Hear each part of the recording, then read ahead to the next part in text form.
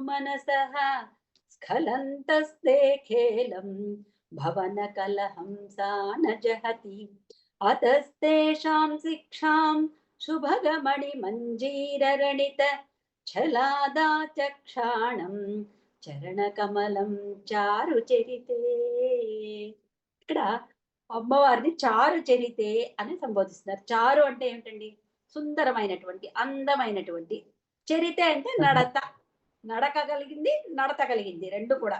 నడకంటే మామూలుగా నడవడం కాదండి, ఏదో హంసలాగా నడిచిందని కాదు. ఆమె యొక్క ప్రవర్తన కూడా చారు చరితే. ఆమె అన్ని మంచి మంచి పనులే చేస్తుంది తప్ప ఏది దుర్మార్గమైన పని ఒక్కటి కూడా చేయదు. అటువంటి చారు చరితే. ఈమె ఏం చేస్తుంది? కైలాసానికి వచ్చేసిందండి. వచ్చిన తర్వాత తన యొక్క భవన కలహంసాలను తీసుకొని నడుస్తుందిట. నడుస్తున్నప్పుడు కొన్ని హంసలు అమ్మ వెనకాల ఉన్నాయి, కొన్ని హంసలు అమ్మ వెనకాల ఉండి అమ్మ నడకను చూస్తా, బాగా నడిస్తే ఇలా నడచాలి కదా అని అమ్మలాగా నడవాలని చూస్తున్నాయి, నడవలేకపోతున్నాయి. మధ్య మధ్యలో స్ఖలంతస్తే, కింద పడిపోతున్నాయి. కొన్ని అమ్మలాగా నడవాలని పోతున్నాయి, నడవలేక కొన్ని కింద పడిపోతున్నాయట.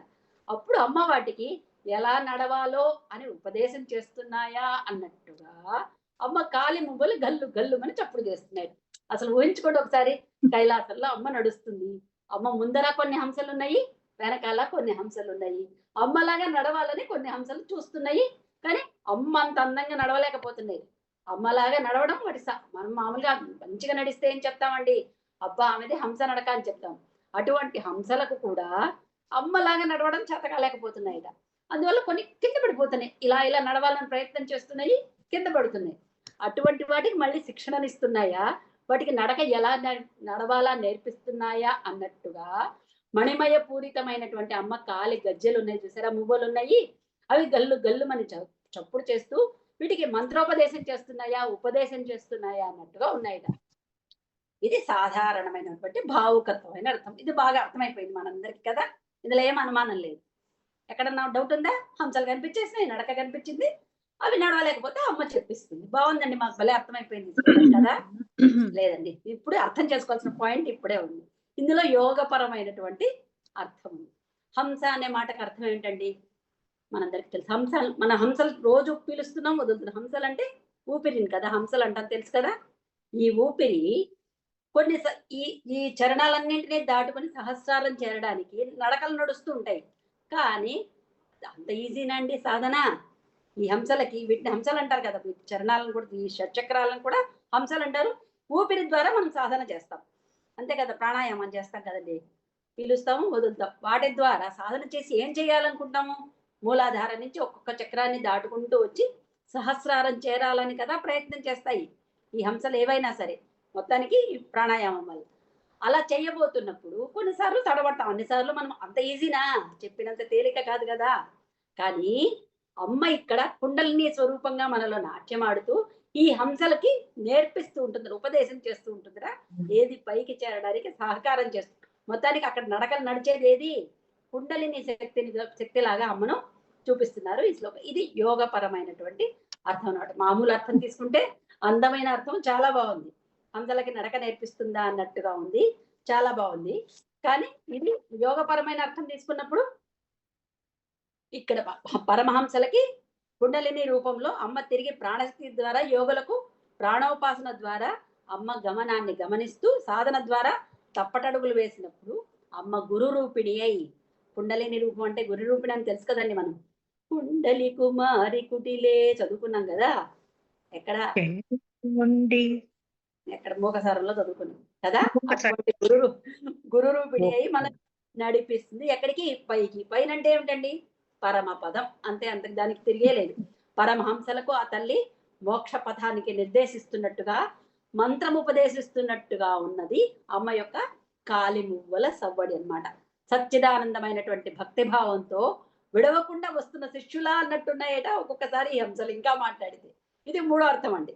మనం చాలా మామూలుగా తీసుకుంటే ఒక గురువు దగ్గరికి కొంతమంది శిష్యులు విడవకుండా, మాకు ఆ పని ఉంది, మాకు ఈ పని ఉంది, మేము అక్కడికి వెళ్ళాలి, ఇక్కడ వెళ్ళాలి అన్నారండి. గురువు ఆ రోజు క్లాస్ చెప్తున్నారు అంటే ఎట్టి పరిస్థితుల్లో విడవకుండా ఎలాగైతే ఆ శిష్యులు వస్తున్నారో విడవకుండా వస్తున్న శిష్యులకి మంత్రోపదేశం చేస్తున్నాయా అన్నట్టుగా ఉందిట ఆ అమ్మ యొక్క మువ్వల సవడి. చారు అంటే అందమైన అని చెప్పుకున్నాము, జ్ఞానము ప్లస్ ఆనందము సచ్చిదానందము అని చెప్పుకున్నాము. భక్తి భావంలో అందం అంటే ఎప్పుడూ ఒకటేనండి. సచ్చిదానంద భావనే తప్ప మరొకటి కాదు. అటువంటి అమ్మ నడక ఎలా ఉంది?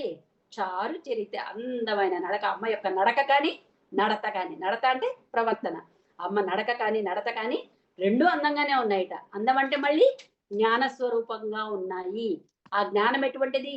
ఆ శిష్యులు ఆమె కోసం జ్ఞానం కోసం పరిగెట్టిపోతుంటే, తడబడుతుంటే కూడా అమ్మ గురుస్వరూపుని అయి మంత్రబోధ చేస్తున్నదా అన్నట్టుగా, మంత్రం అంటేనే సవ్వడి అని చెప్పేసి మనము అమ్మవారి పడ్డాణం గురించి చదువుకున్నప్పుడు గుర్తుందా మీకు? మోగుతున్న మువ్వలు సవ్వడి అంటే ఏంటి? మంత్రధ్వని అని చెప్పుకున్నాం కదా. ఇక్కడ అమ్మ కాలి మువ్వలు కూడా మంత్రోపదేశం చేస్తున్నట్టుగా ఉన్నాయి. మొత్తానికి హంసలు, అమ్మ యొక్క పాదాలు, అమ్మ పాదాల అమ్మలాగా నడవడం హంసలకు రాకపోతే అమ్మ నేర్పిస్తున్నదా అన్నట్టుగా ఉందని చెప్తూ, ఒక పక్కన భావుకత్వం ఉంది, ఒక పక్కన యోగతత్వ మంత్ర రహస్యము ఉంది ఈ శ్లోకంలో.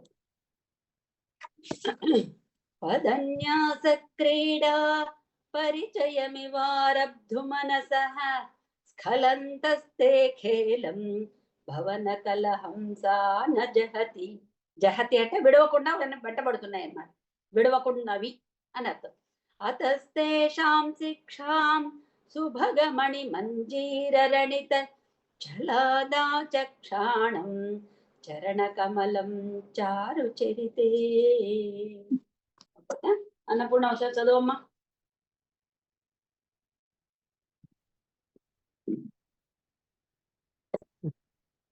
పదన్యాస